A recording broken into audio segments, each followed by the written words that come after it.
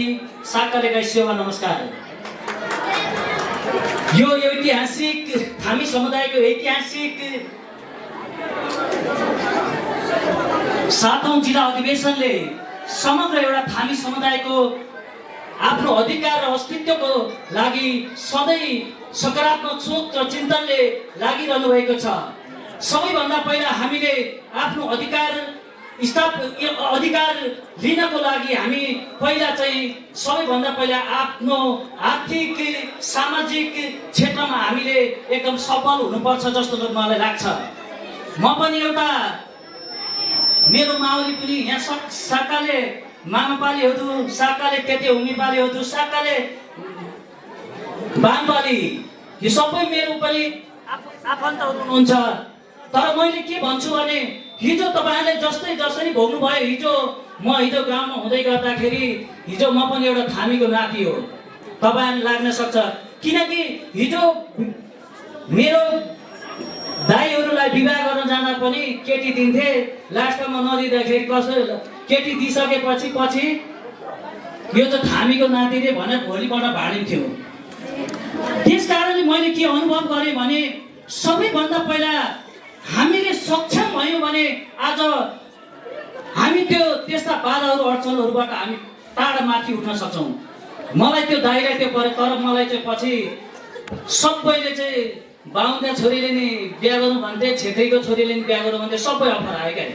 किनकि पहिला पछि आत्मनिर्भर बनेपछि सबैभन्दा पहिला आर्थिक रूपमा सम्पन्न कसरी हुने त्यो दिशातिर अगाडि बढ्न सक्यौँ भने मात्र सामाजिक रूपमा सम्पन्न कसरी बन्न सकिन्छ त्यो दिशातर्फ, शैक्षिक क्षेत्रमा हामी कसरी अगाडि बढ्न सकिन्छ, यो कुराहरूमा हामी अगाडि भने हामी आफै पनि स्वावलम्बी हुन सक्छौँ र त्यसले मात्र हाम्रो थामी समुदायको अस्तित्वको रक्षा गर्दछ।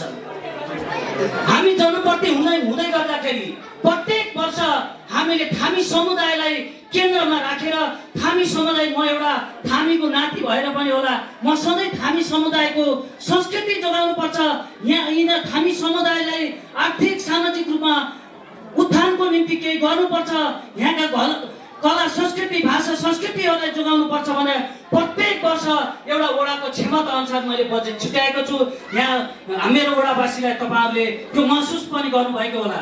आगामी वर्षमा पनि अझै पनि थामी कला संस्कृतिलाई जोगाउनको लागि हामीले के गर्न सक्छौँ त्यसको लागि निरन्तर लाग्नेछौँ।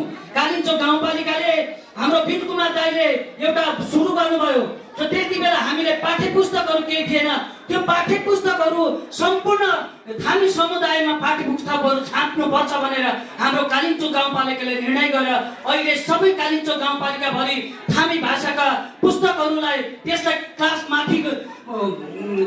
माथिसम्मको क्लासहरूलाई पुस्तक छापेर हामीले पठन पाठन पनि सुरु भइरहेको छ।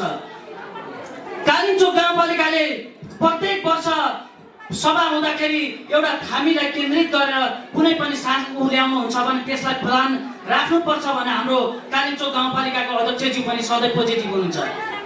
अध्यक्षज्यूले हामीले त्यो कुरा राख्दाखेरि अध्यक्षज्यूको एउटा बाणी छ, कालिम्पोङ गाउँपालिकामा थामी समुदाय शिक्षित भए, थामी समुदाय आर्थिक रूपमा सम्पन्न भयो भने समग्र कालिम्पोङ गाउँपालिका समृद्धिको ढोका खोल्छ।